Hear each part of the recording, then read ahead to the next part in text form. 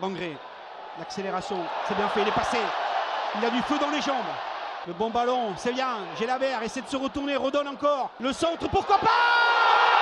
Et on commence cette Liga avec un 0-0 contre Nantes, un peu plus de 25 000 personnes, un beau soleil, un retour au stadium. Déjà, avant de parler de sportifs, un petit tour de table de comment s'est passé pour vous la reprise, les nouveautés, tout ça. Qu'est-ce que vous avez pensé un petit peu de cette arrivée au stade? Ça m'a manqué perso, parce que j'ai pas pu venir pour Valladolid. Donc du coup, ça faisait vraiment longtemps que j'étais pas venu au stadium. Après, non, c'était vraiment sympa. L'ambiance était quand même assez bonne, j'ai trouvé, pour un premier match de Ligue 1 avec un nouveau virage Brice. Après, c'est le match à peu près qu'on attendait, un match un peu chiant, techniquement pas trop à l'aise les deux équipes. Mais non, c'était une rentrée mitigée. Mais cool de retrouver le stade quand même. Corentin, toi, vraiment sur l'ambiance, on va dire, avant de passer sur le sportif, vraiment. Ouais, c'était nécessaire là de revenir au stadium. Ça faisait trop longtemps, j'étais là la semaine dernière pour Valladolid, mais bon, c'est vraiment Nantes que j'attendais comme beaucoup. Non, mais après, oui, le virage fait toujours autant de bruit, ça va monter en puissance, on le sait. Hein, magnifique tifo comme d'hab des Indians, ça ne faudra jamais. Fait, ouais. Il était vraiment magnifique. Il a fait parler. Ouais. Les couleurs déjà sont sublimes du TEF, donc voilà. J'espère que je suis objectif. Non, ça fait du bien. Et puis de retrouver les copains aussi, de reprofiter. En plus le beau temps à Toulouse et un 0-0 quoi. On terminera avec toi Nathan parce que du coup c'est une expérience différente. Ouais. D'abord Clément, du coup toi qui as connu le virage et qui maintenant a migré. Alors, ton ressenti sur ce match vu de là-haut? Je vais être tout à fait honnête avec vous, je me suis fait un peu chier. Tellement qu'il est venu me voir à la mi-temps. J'ai une belle vue sur le virage, donc je peux faire des photos cool et profiter un petit peu de l'ambiance depuis l'extérieur. Mais c'est vrai que chez moi, c'est un petit peu touriste land, donc je viendrai peut-être me joindre à vous sur quelques matchs cette année. Et t'as apprécié quand même la vue? Oui, après au niveau de la vue, c'est vraiment très cool. Ça change un petit peu la vie d'avoir un bon point de vue sur le match pour pouvoir en parler derrière. Nathan, comment ça s'est passé cette reprise? J'entendais Mehdi, mais c'est vrai qu'il n'y était pas. Ouais. Et Mehdi, du coup, on finira avec Mehdi pour parler de l'expérience DAZN, du coup, vu que tu es le seul à l'avoir vu ici autour de la table par DAZN. Du coup, Nathan, je précise parce que c'était gratuit. N'essayez pas de pirater la box de Mehdi, il l'a pas, vous inquiétez pas. Alors, expérience, j'ai la double casquette maintenant, c'est-à-dire de supporter. Le mec qui pose des trucs vraiment comme le président, quoi. J'ai effectivement, Mehdi, merci. J'ai la double casquette supporter et président de groupe de supporters aussi maintenant. Donc ça veut dire que c'était le premier match. Putain. C'était le premier match pour le groupe Andy Tolosa en tribune en étant abonné. Donc tout ça s'est très bien passé, à part des petits problèmes de placement en tribune avec les accompagnateurs. Voilà, c'est à revoir, on est en discussion avec le club pour ça. Il y avait, c'est important de faire remonter aussi. Peut-être qu'il y a des personnes en situation de handicap qui nous écoutent et qui ont été embêtés par la mise en place du nouveau parking.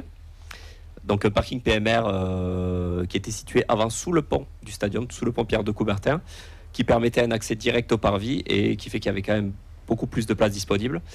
En avant-saison, on était venu vers le club en disant que des fois, c'était compliqué de sortir un fauteuil roulant de la voiture. Donc on avait demandé savoir si on pouvait avoir un peu plus d'espace ou que ce soit géré différemment pour faciliter l'accès des personnes en situation de handicap. Donc nous avons été décalés sur un parking B2 qui est le long de la piscine d'Akash, mais un petit peu plus éloigné, c'est-à-dire qu'il faut quand même remonter une longue... il faut remonter toute la rue pour accéder au portique. Donc voilà, ce qui fait qu'il y avait 10 places disponibles, les trottoirs n'étaient pas forcément hyper adaptés. Donc voilà, s'il y a des personnes en situation de handicap qui nous écoutent, on est en discussion avec le club pour faire en sorte que d'ici les prochains matchs, les accès soient simplifiés, qu'il y ait des places beaucoup plus nombreuses. Quand je dis personnes en situation de handicap, c'est pas que personnes en situation de handicap en fauteuil, c'est-à-dire c'est des personnes en situation de handicap qui possèdent une carte de parking qui peuvent pas forcément marcher beaucoup aussi. Donc ça, on est en pleine discussion avec le club. J'ai eu des réponses en disant qu'il y aura potentiellement d'autres accès disponibles d'ici les prochains matchs. Donc pour ceux que ça intéresse, andytolosa.fr ou les réseaux sociaux Andy Tolosa. On partagera toutes les informations de manière à ce que toutes les personnes en situation de handicap qui cherchent un stationnement au stadium puissent être au courant des nouveaux accès disponibles. Et tant que vous êtes sur internet, allez sur amoswomenfrenchcup.com. Voilà, je suis obligé là, donc voilà, j'ai été lancé. Mehdi, du coup, ton expérience en tant que spectateur à la télé, qu'est-ce que ça a donné? Est-ce qu'il y a du grand changement par rapport aux autres diffuseurs ou pas plus que ça à première vue? C'est compliqué pour moi de te dire parce que j'ai pas regardé grand match sur Amazon, mais on les voyait quand même au Danu et j'avais pas forcément les commentaires, tout l'habillage, vu qu'on était au Danu, c'est pas pareil. Peut-être que ça m'est arrivé 1 ou 2 fois en étant à la maison. Bref. Non, moi je pense que ça a baissé par rapport à Amazon, ça c'est clair et net, ne serait-ce que par rapport à la présentation de ton produit. Quand tu n'as plus qu'un journaliste qui commente, un journaliste bord terrain, et que tu n'as pas un journaliste et un consultant, déjà, tu as perdu. Oui. Voilà, tu as perdu, tu dévalues ton produit. Ensuite, alors je sais pas si c'est mon téléphone, mais il me semble pas. J'ai trouvé les couleurs un peu moins nettes que sur Amazon l'année dernière. Alors peut-être que je me trompe, mais j'ai entendu dire que les coûts de prix de production, ils essayaient de les mettre au plus bas. Alors bon, c'est sûr que c'est toujours mieux que la télé d'il y a 10 ans, hein, ça faut pas déconner non plus. Mais j'ai l'impression que par rapport à l'année dernière, c'était pas top. Et surtout avec le soleil, sur un match l'après-midi comme ça, j'ai pas trouvé la qualité oufissime, quoi. Alors peut-être que je me trompe, que c'est le téléphone, etc. Mais voilà. Ensuite, sur le match, non, après DAZN, moi c'était via MyCanal, donc c'était assez simple à trouver. J'ai même pas eu à créer de compte. Voilà. Ils nous ont tous cassé les bonbons avec leur promotion toutes les 10 minutes. Voilà, ça c'est personne ne le fait. T'as souscrit ou pas? Je ne souscrirai pas. Et ensuite, qu'est-ce que je voulais dire d'autre? Je ne sais absolument plus. Tu m'as coupé, espèce de con. Il fallait souscrire, hein, t'en serais souvenu du coup. Non, mais je sais plus ce que je voulais dire. Bref, on y reviendra. Si ça me revient, j'y reviendrai dessus. Ouais. En tout cas, il y a Freefly, Lucas et c'est Tolosa qui disent la même chose que toi. C'était assez low cost au niveau qualité d'image. En tout cas, moi j'ai un truc à rajouter. C'est on fait la pub. DAZN a fait son autopromotion pour un match gratuit pour faire sa petite pub et ça tombe sur le seul 0-0 de la journée, donc c'est quand même fallait s'y attendre, hein. C'est très bien pensé. Voilà. C'est très Toulouse. C'est bien fait pour leur gueule. Ouais, c'est un petit coup de karma là qui fait plaisir. Ouais. Moi j'ai des potes qui l'ont vu sur une télé qui m'ont dit que niveau qualité c'était vraiment catastrophique. Ah ouais. Ok. Bon, mais alors c'était pas ok. Bon. Non, mais personnellement, moi parce que moi je fais partie de ceux qui l'ont pris, des 300 qui l'ont pris. Et oui, non, parce qu'on est plusieurs dessus, hein, faut pas croire. Non, mais. Tu as vendu la voiture du coup? Ouais. Non, mais pardon, non, moi je vais regarder Paris, le premier match là, et je suis totalement d'accord. Niveau qualité d'image, c'est pas du tout la même. Et puis on est vraiment sur les nouveaux trucs, quoi. Les pubs à la YouTube, c'est du low cost. Du low cost alors que c'est très cher. Voilà, c'est mon avis. Dernier point plutôt que truc, ça me fait plus pro avant de passer au sportif. Je voulais revenir à une chose. Vas-y. Cette espèce de tutoiement. Ouais. Pour être soi-disant proche des spectateurs, avec les forums aussi en direct, etc. On se croirait sur Twitch. Alors je sais pas si c'est parce qu'on est des, il faut, c'est ça. Boomer. Exactement. Est-ce qu'il faut qu'on s'y habitue? Est-ce que c'est la nouvelle manière de faire? Je veux pas critiquer, mais franchement moi ça m'a dérangé. C'était nul. Est-ce que tu veux qu'on se vous voit ici du coup? On peut se vous voyer. Hein. On le faisait une époque. Vous êtes toujours un con. Voilà, ça ne change pas. Une pensée pour Sportez-vous bien à l'époque, on se vous voyait. Il va falloir s'y habituer parce que même sur le match d'après là que j'ai regardé de manière bref tout à fait légale, c'était la même chose. Même avec quand ils ont un consultant, ils utilisent le tutoiement. Ça va être ça tout le temps. Voilà. Et apparemment, il y a des trucs avec des forums. Rendez-nous Seb Dupuis sur Foot Plus et qu'on n'en parle plus. Ça, oui. Allez, rapidement, une petite parenthèse. C'est Henri qui voulait absolument qu'on en parle et qui est là sur Twitch un commentaire pour nous dire. Et la disparition de la Bodega, on en parle. Ah oui. Est-ce que vous avez pu voir un petit peu la guinguette chez Tonton? Est-ce que sans forcément cracher sur chez Tonton ou quoi, la question est plutôt ce qu'on avait qui était la Bodega et ce qu'on a aujourd'hui qui est ça. Moi je suis arrivé devant, j'ai jeté un coup d'œil, j'ai fait non, au revoir.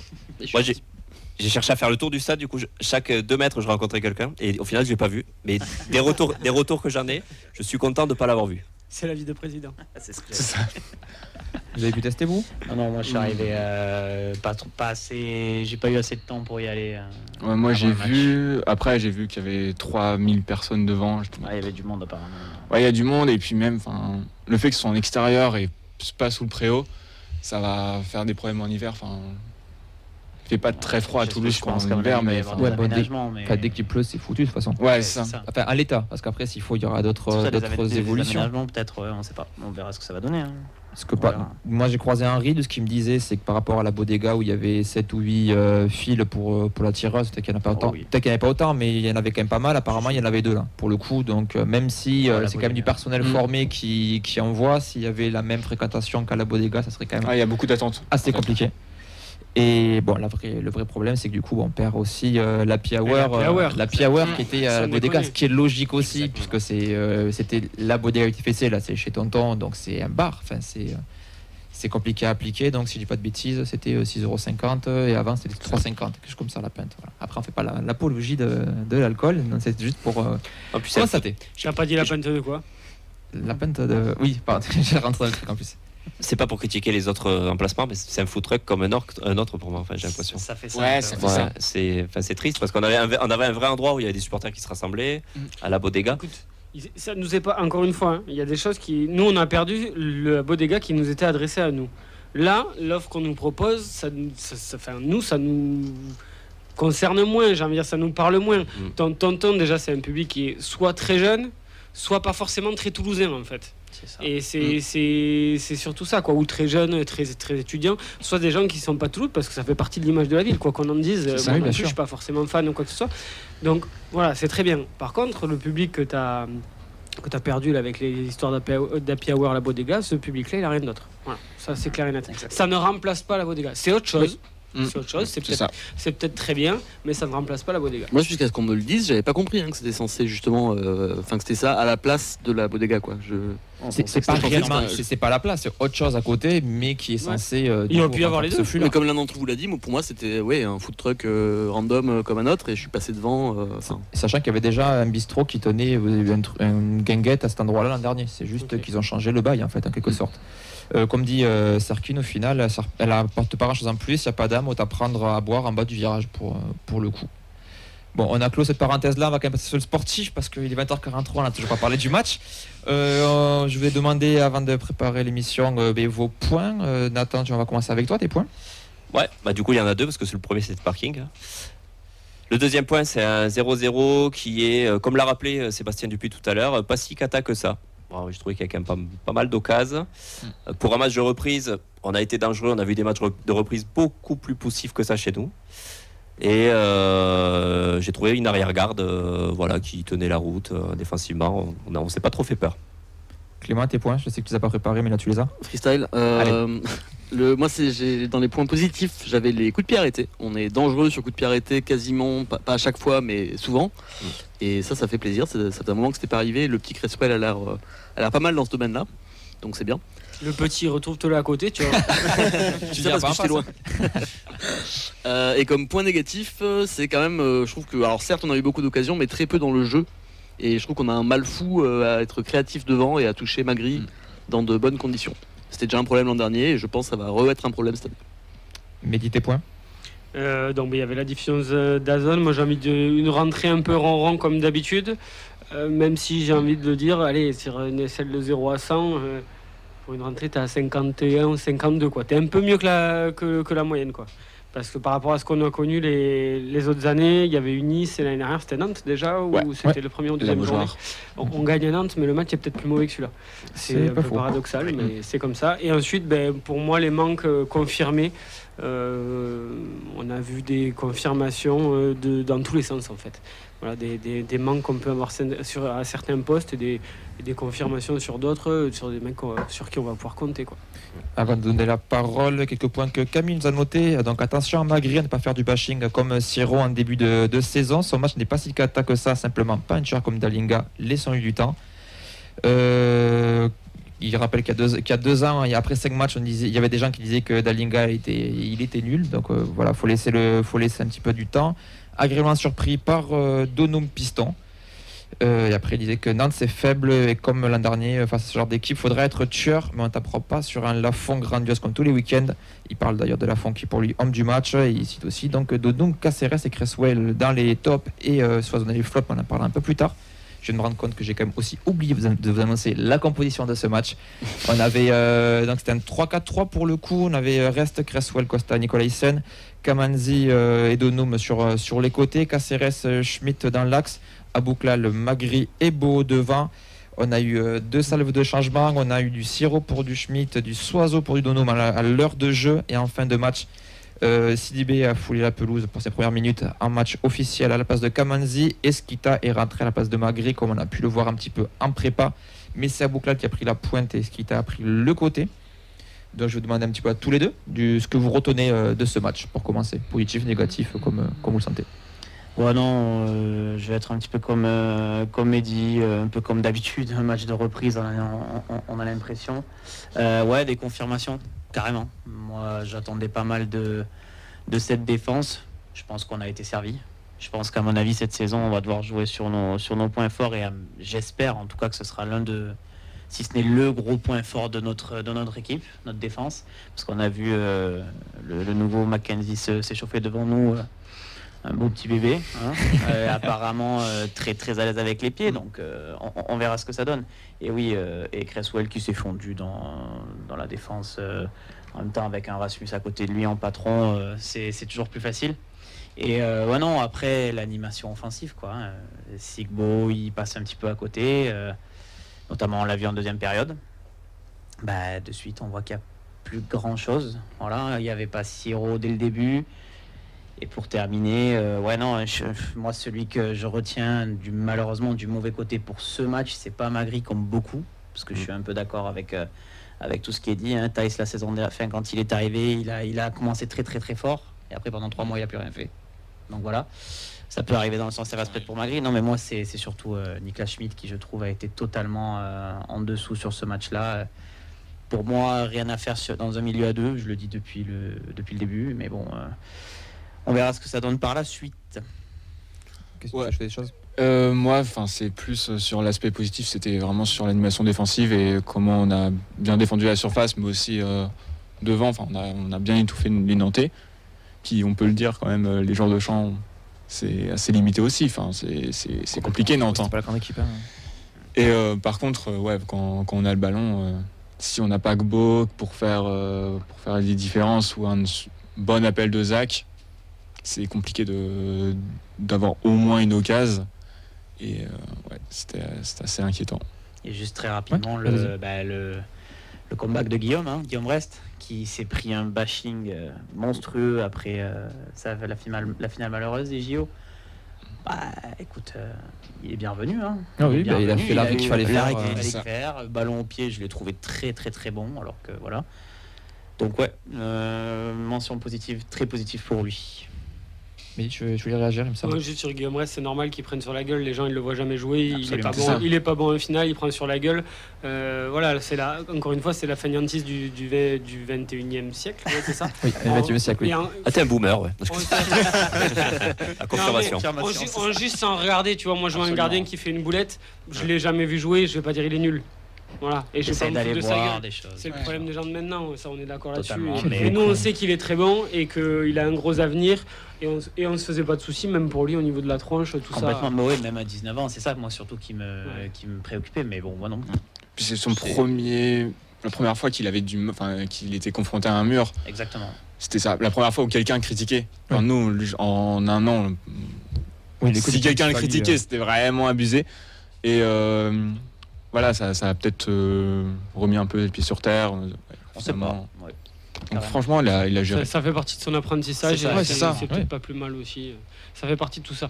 Pour revenir sur le match, moi je suis à moitié d'accord. Enfin, je sais pas si c'est. Mais si je suis tout à fait d'accord avec ce qui a été dit. Moi j'ai trouvé qu'on avait quand même eu des moments où on était en difficulté face à Nantes. On n'a pas concédé d'occasion, mais les 20 premières minutes elles sont pas bonnes. C'est Nantes qui domine. Ensuite, jusqu'à la mi-temps, on a repris le dessus. Même dans la période de Nantes, par contre, on arrive à se créer des situations et des occasions. C'est-à-dire que même quand on est moins bien. même quand on est moins bien, on arrive à continuer à être dangereux. Et on Mm. a été dangereux sur l'ensemble du match. Voilà, il y a des périodes de 10 minutes ou un quart d'heure, t'as pas d'occasion. Mais je veux dire, tous les 10 minutes, un quart d'heure, en gros, t'as une occasion qui arrive et t'as une situation, on arrive à se créer des occasions en fait sur plein de situations différentes. Donc ça, c'est pas plus mal. Et pareil en deuxième mi-temps, où tu démarres moins bien que Nantes. C'est Nantes qui globalement est meilleur sur le début de deuxième mi-temps. Et peut-être même sur l'ensemble, c'est plus équilibré sur la seconde. Voilà, il y a peut-être plus de domination sur la fin de première et sur la première. Mais globalement, on a été plus dangereux que Nantes, ça c'est clair et net. On a été dangereux de plein de manières différentes, ça c'est intéressant. Ensuite, effectivement, ça manque de rythme. Ça a joué en marchant. Moi, contrairement à Camille Kamandzi, il m'a pas rassuré du tout. Je suis un peu déçu par ce mec-là pour l'instant. Je le trouve pas assez constant. Voilà, pas assez constant par rapport à Dessler. C'est sûr que ça nous change. Peut-être plus de qualité, mais enfin voilà. En seconde mi-temps, c'était un calvaire. Kamandzi face à Simone, je l'avais juste devant moi. Sur chaque prise de balle, il était à la ramasse. Et Sidibé qui rentre, c'est pas beaucoup mieux pour l'instant. Bon, après, laissons du temps. Encore une fois, Kamandzi, il a peut-être besoin d'accumuler des matchs. Il l'a pas fait depuis forcément le temps qu'il est arrivé. Donc voilà. Après, derrière, rien à dire. Nicolas Hyssen comme d'habitude, même s'il n'a pas forcément bien démarré le match, lui non plus. Mais après, ça a été le changement Cresswell-Costa à la mi-temps. C'est-à-dire Costa, au lieu de jouer dans l'axe, ça a été un peu mieux sur le côté. J'attendais à ce qu'il ait un ou deux rushs comme l'année dernière. Il l'a fait une fois. Il a fait une fois et Cresswell l'a fait aussi. Ouais, mais plus à l'aise Costa pour ça quand même. Ça se voit. Et Cresswell est peut-être mieux dans l'axe et son côté aboyeur pour replacer Cresswell, il sera peut-être mieux là aussi. Et si on joue à 3 encore une fois, mais vu ce qui s'est passé apparemment et ce qui va se passer au niveau des transferts, il va plus en rester beaucoup pour jouer à 3 derrière. Ouais, parce qu'au final, c'était juste après je te relâche la parole, c'était un enseignement assez intéressant de cette composition finalement. C'était presque étonnant. C'était presque étonnant aussi, le choix des joueurs aussi, mine de rien. Je voulais basculer justement sur le choix des joueurs dans cette compo. Donum. Qu'est-ce que vous avez passé de Donum justement dans ce rôle de piston gauche? Est-ce que c'est moi personnellement, ça fait partie d'un des meilleurs matchs que j'ai vu de Donum sous le maillot violet, dans l'effort, la combativité. Est-ce que c'est un début, parce que c'est le début de saison, il a envie de se montrer, il a envie de se rattraper un peu d'une saison qui a été moyenne, plus que moyenne, je trouve, la saison dernière. Est-ce qu'il a enfin trouvé son poste en tant que piston? Qu'est-ce que vous pensez du coup de Donum? De ce que j'ai compris, c'était un petit peu son poste au Standard, hein, avant de devenir piston, si je dis pas de bêtises. Il a pas fait tous les matchs en piston, mais il y a déjà joué. Et c'est sûr que quand tu cherches à avoir une meilleure animation offensive, dans un 3-4-3, ça passe par tes pistons, quoi. Donc c'est un mec, on sait quand même, il rechigne rarement dans les efforts. Et techniquement, balle au pied avec son petit externe pied gauche là tout le temps. Moi, je pense pas comme tout le monde de sa saison dernière. Alors oui, c'est sûr que quand t'as acheté un joueur à ce prix-là, t'attends quand même un petit peu plus, notamment au niveau de la fiche de stats. Mais la première partie de saison qu'il fait l'année dernière, faut pas l'oublier, c'est le seul devant qui apportait quelque chose ou nous faisait un petit peu lever du siège, quoi. C'était le seul. Alors après, encore une fois, les stats sont très très très faibles. Mais voilà, donc il a de la qualité. Et puis sur le côté gauche, si tu peux le mettre toujours avec Beau, moi, s'ils commencent à jouer tous les deux et s'entendre, avoir des automatismes, why not, hein, vraiment, hein. Moi je suis à fond là-dedans. Et c'est vrai que on parlera peut-être un petit peu après, mais par rapport à Soiseau, il y a quand même pour ce match-là une différence. Oui, c'est clair. Sur l'apport offensif, notamment, ça, c'est clair et net, parce que défensivement, il y a une ou deux couilles quand même avec Donum, mais ce qui est normal. Il y a un petit moment qu'il n'y a pas joué. Et effectivement, le duo Donum-Beau sur la première mi-temps intéressant. Après, ils ont disparu sur la seconde. Par contre, ça c'est voilà. Apparemment, Donum, il a senti une gêne, c'est ça. Hein. Il a un gêne aux adducteurs, c'est pour ça qu'il sort pour Soiseau. En tout cas, c'est ce qui est annoncé par le très bon diffuseur d'Azone. Non, par l'homme de terrain, mais je pense que c'est vrai. Et par contre, l'autre côté ne fonctionne pas. Voilà. Saka Bouklal, je sais pas. En fait, le problème, c'est qu'il y a un nouveau concept, c'est vrai, chez les joueurs maintenant, c'est le joueur ferme ta gueule. C'est-à-dire que c'est les mecs qui, sur un éclair, peuvent te faire fermer ta gueule. Mais sur la durée. J'ai vu le concept. C'est une phrase de boomer, ça, qu'est-ce que vous voulez faire? Non, mais sur la durée, t'as pas grand-chose, mais le mec, un éclair et c'est bon, et ça suffit. Donc pas de constance, c'est pas grave. Moi, je trouve pas mal. Ouais, je trouve beaucoup de déchets. Il s'est créé une énorme occasion parce qu'il est, encore une fois, il fait des courses et des appels. C'est supérieur à la moyenne ce qu'il est capable de faire. Il n'y a aucun problème avec ça. Plus altruiste dans le dernier geste que l'an dernier. Mais c'est moi, devant la télé, je me suis demandé à la mi-temps s'il était sur le terrain. Parce que je le voyais pas assez participer au jeu, parce que voilà, il y a des. Moi, ça me, par rapport à Gbo que tu vois un petit peu plus, moi je le voyais pas assez participer. Ça plus le fait que le milieu marchait très moyennement, parce que Caceres se projette jamais, mais ça c'est pas grave. Enfin, c'est pas son profil encore une fois, c'est le ramasse-miettes et il le fait super bien. Il est toujours là à combattre, il est toujours là à se prendre la tête. Il y a eu encore des prises de bec avec des Nantais, ils ont commencé à s'insulter. Moi j'adore ça. Ils doivent tous le détester. Caswell aussi pas mal là-dedans. J'ai l'impression. Et après moi je l'ai pas trouvé si mauvais que ça. Après, il y a à boire et à manger parce qu'il y a la vista. Il y a quand même 2-3 transversales qui nous rappellent des souvenirs. Ça, moi, je l'ai dit sur le direct. Ça, c'est clair et net. Et c'est ce genre de joueur-là. Après, oui, il y a encore du déchet. Il y a un ou deux changements de jeu un peu dangereux, ça c'est sûr et certain. Mais voilà, c'est un joueur qui a la qualité sur la saison. Si tout va bien encore une fois dans sa tête, moi je pense qu'il nous apportera des choses. Après, et puis il est critiqué pour sa lenteur, mais beaucoup de gens ont oublié Van Den Bomen dans ce genre de profil-là. Justement, moi par rapport à ça, il est moins haut. C'est ça en fait qui me dérange un petit peu avec lui. Il y a 18 000 touches de balle à chaque fois qu'il a le ballon, et c'est ça qui. Alors après, ça veut peut-être dire qu'aussi autour de lui ça bouge pas assez, hein, ça veut peut-être dire ça, pardon. Mais c'est ça surtout sur Branco qui me. Alors oui, sa qualité de passe bien entendu, on n'en reparlera jamais assez, mais c'est que c'était 1, 2 voire 3 touches de balle, bam, ça partait de l'autre côté, voilà. Et c'est ça qui fait la différence vraiment. Alors je suis pas professionnel de foot du tout, mais pour moi c'est ça en fait qui manque un petit peu. Mais sinon, bien sûr, après, c'est le seul qui, en termes de qualité de passe, peut nous apporter un petit peu ça, et ça peut être bien pour Zach, justement, vous en parliez. Moi, je crois une montée en régime après une saison un peu difficile. Le fait de débuter la saison en tant que titulaire, j'espère vraiment que ce sera le joueur clé de cette équipe-là, avec sa qualité de passe. Si ça reste à milieu à 2, par contre, il jouera pas. Il partira pas comme titulaire. C'est un numéro 3. Parce que Siro, avec le retour de l'Euro... pas forcément là, mais enfin. C'est par rapport à l'Euro, tu penses qu'il a pas joué, parce qu'on n'a pas eu d'infos particulières sur Siro, sur le fait que c'est pas titulaire. Soiseau ne jouait pas et. Étonné, ouais, je sais pas. Caceres jouait quand même, mais il est revenu peut-être plus tôt. Caceres, je sais pas. C'est possible, ouais. Je sais plus. Sur cette équipe, on a fait à peu près le tour de tout le monde. On peut peut-être approfondir sur Magri. Moi, sur Magri aussi, c'est vrai qu'on n'a pas parlé de Casper, le pauvre. Difficile. Mon avis, je donne mon avis perso, après je vous laisse réagir dessus, c'est que je trouve qu'il était très bon mais pas attaquant. C'est-à-dire qu'il a été bon, qu'il a descendu, qu'il était milieu de terrain, quoi. En fait, il y a plusieurs fois où il est descendu, il contrôlait bien, il distribuait, il orientait. Donc en fait, c'est parfait pour jouer avec 2 attaquants. Il joue comme s'il y avait une autre personne à qui pouvait donner le ballon, sauf que dès qu'il dézone, il n'y a personne en pointe parce qu'on n'a pas d'attaquant. Et là où je suis inquiet, c'est que comme sur les amicaux où c'est déjà inquiétant, celui qui rentre pour le remplacer, c'est Skita. Il manque quelqu'un, tout simplement. Il manque un neuf, que ça soit un titulaire ou que tu considères Magri comme le titulaire et que tu veux recruter un remplaçant. Dans tous les cas, il manque numériquement quelqu'un, et d'autant plus que chez les jeunes, encore une fois, il y a Enzo Fati, mais qui est peut-être encore un peu jeune, c'est en 2007. Ouais. Peut-être que tu y comptes sur l'avenir, je ne sais pas ce qu'ils en pensent au club. Mais Maxime Pélican, il est parti. Il a signé à Canard aussi, figure-toi. C'est pas mal. Ouais, il a pris un peu de joue. Mais écoute, il joue encore un 3, si je dis pas de conneries, c'est qu'il joue encore à un niveau correct. C'est vrai. Et non, mais juste sur les attaquants, c'est le néant derrière, quoi. Zach est peut-être capable d'y jouer un petit peu. Ouais. Voilà, pour y dépanner, mais pour y dépanner encore une fois. C'est pas un profil qui est assez différent de Magri pour être une vraie solution dans la rotation, quoi. Il faut un mec qui ait d'autres qualités. Il faut que ça arrive. Après, je pense qu'on l'aura fin août, quoi. Peut-être changer de schéma offensif aussi d'attaque, comparé à la saison dernière où on débutait sans Agbo et sans Agboklal. Là, on démarre avec 2 ailiers qui potentiellement peuvent avoir des stats assez intéressantes et compenser le potentiel départ de Dalinga. Donc, c'est vrai que Magri, dans ce rôle de. Il va falloir qu'il fasse plus de stats quand même. Mais dans ce rôle de neuf pur, c'est vrai que Magri, c'est un peu compliqué. Moi, j'ai du mal avec les gens qui s'acharnent sur le joueur après une prestation qui est pas catastrophique aussi. Pour moi, il a été moyen. Il a été moyen parce que on l'attend pas peut-être dans ce rôle-là.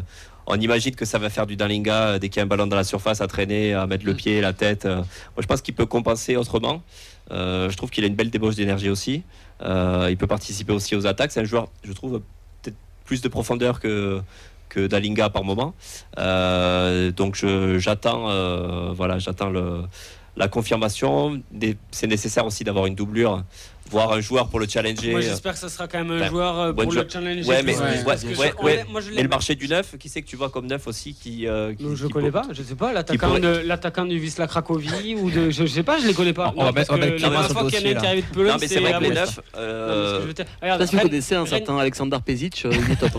Non mais Rennes ils sont allés chercher un mec là, alors bon ils l'ont peut-être payé peut-être un poil plus cher, mais tu vois Meister, Oui, mais là, nous, tu connais Meister? il y a la jurisprudence à Bulic, je pense dernièrement, qui fait que je pense que Magri peut être cette valeur sûre de joueur qui, la saison dernière, il a marqué 5, je dis pas, 3-4 buts.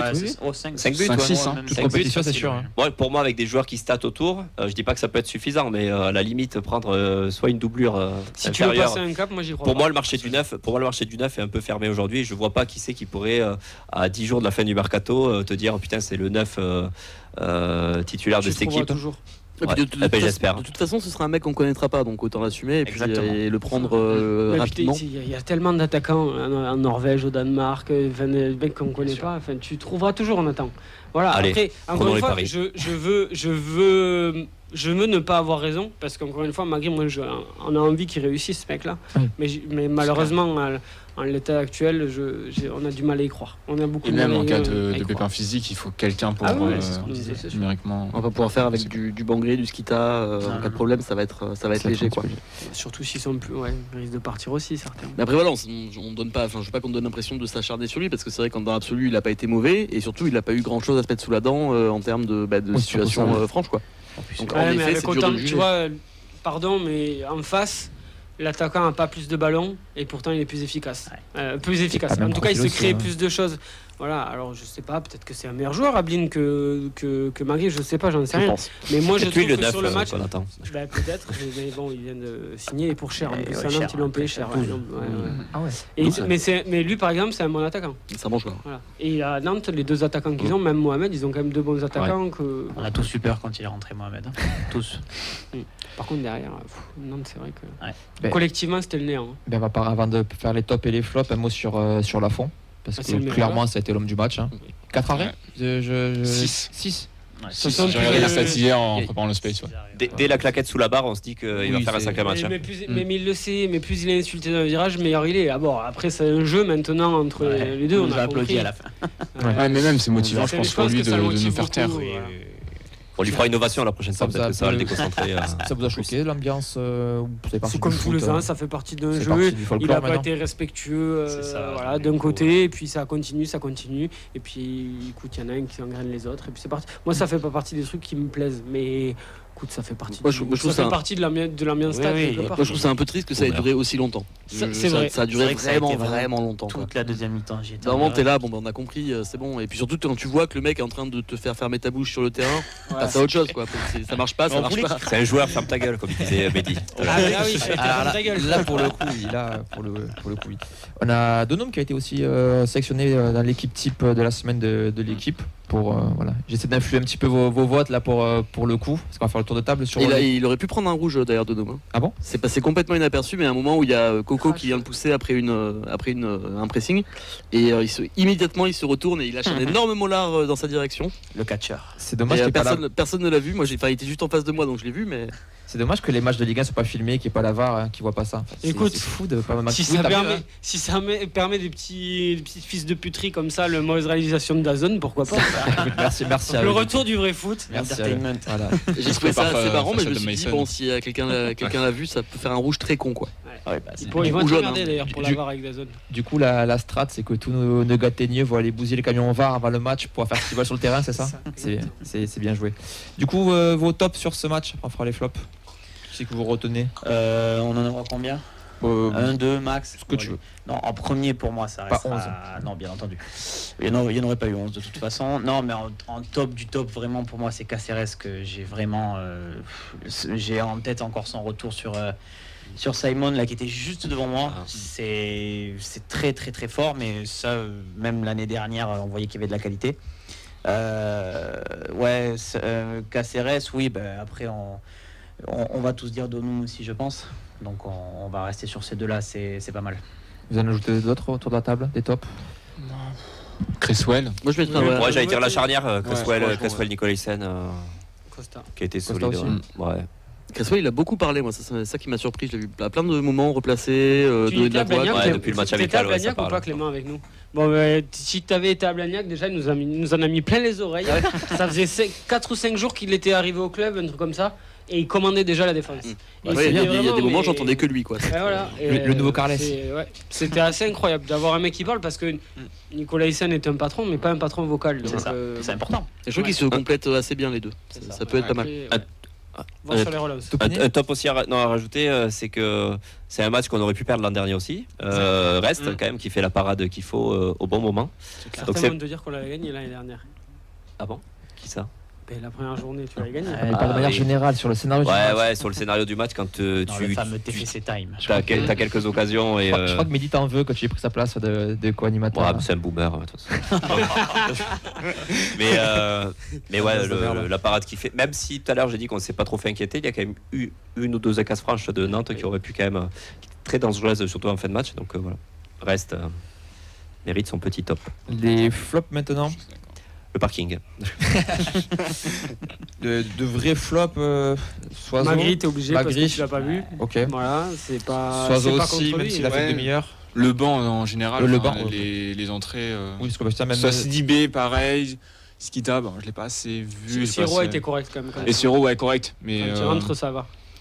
D'autres flops ou flopinés. Moi, je fais un petit flop Kamandzi quand même. Ouais, il n'a pas été catastrophique, mais il est inquiétant, quoi. Il est pas rassurant et tu te projettes pas à te dire on va faire la saison avec lui à ce poste-là. Belle débauche d'énergie, mais trop brouillon et un peu à la bourre. Moi, je rajoute les deux ailiers dont j'en attends encore plus. Ok, c'est plus un bouge-toi frère comme on a fait à l'époque du. Ouais. On attend plus. C'est déjà les bilans. Oui, c'est. Si tu veux passer un match le bilan. Si tu veux passer un cap, il faut que eux soient plus forts que ça. Sinon, tu le passeras pas et tu feras comme l'année dernière et puis voilà. Je vais mettre Abouklal qui m'a un peu déçu offensivement. Je trouve qu'il aurait pu faire des choix un peu plus judicieux. Par moment, lever un peu plus la tête. Alors peut-être j'ai pas revu les images, c'est peut-être un avis un peu biaisé, mais je trouve que je sais pas, offensivement, il y avait plus des meilleurs coups à jouer. Notamment quand il y avait quelques 1 contre 1 là, je sais pas, c'était mal négocié. Donc, Après, moi, son 1 contre 1 contre Lafont, j'ai du mal à le critiquer parce que c'est une course de 50 mètres. Oui. À la, vous me corrigez, mais genre 80e, il a joué tout le match c'est un face-à-face, donc il n'a pas forcément temps. Donc j'ai du mal, moi. Ouais. Ah non, mais après, il n'a pas été 4. Ouais, je sais pas. C'est un manque de lucidité clair, mais 80e, 50 mètres. Bon. Mais de toute façon, il n'est pas aidé par Kamandzi. Hein. Il n'est pas aidé par Kamandzi. Il était sublimé aussi parce qu'il y avait Dessler avec lui. Hein. Après, ça marche dans les deux sens. Hein. Et Branco. Exactement. Il sublime pas Kamandzi, mais c'est aussi. dans le sens inverse, il le met aussi en difficulté pas mal en défendant pas, quoi. Ouais. C'est pour ça que d'ailleurs. On le savait, hein, mais pas une surprise. Quasiment jamais. Les deux sur les côtés, parce que il y a un ou deux oublis défensifs aussi quand Théo là, tu le vois à la télé que ils sont un peu en retard les deux parfois. Peut-être que c'est des choses à bosser et que quand ils seront mieux physiquement, ça ira aussi.